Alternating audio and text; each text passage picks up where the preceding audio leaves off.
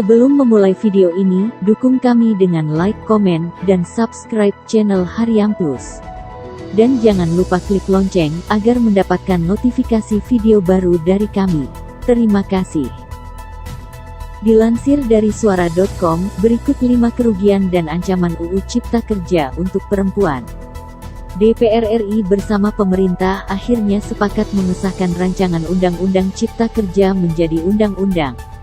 Kesepakatan itu diambil melalui hasil rapat paripurna kemarin. Padahal RUU tersebut dianggap masih belum sempurna dan justru dapat merugikan masyarakat. Salah satunya kaum perempuan. Koordinator Program Badan Eksekutif Nasional Perempuan, Arieska Kurniawati, mengatakan setidaknya ada 5 catatan dalam RUU Omnibus Law Cipta Kerja bisa mengancam kedaulatan perempuan. Pertama, RUU ini dianggap sebagai langkah mundur dari komitmen pemerintah untuk analisis gender dalam lingkungan melalui AMDAL, analisis mengenai dampak lingkungan, dan KLHS, kajian lingkup strategis.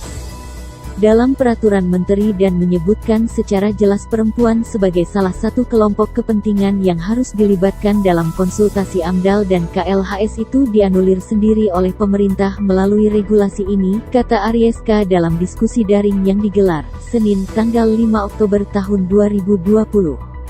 Kedua, Omnibus Law mempermudah atau menjamin kemudahan investasi dalam kepemilikan dan penguasaan tanah, hal itu justru malah menggusur rakyat.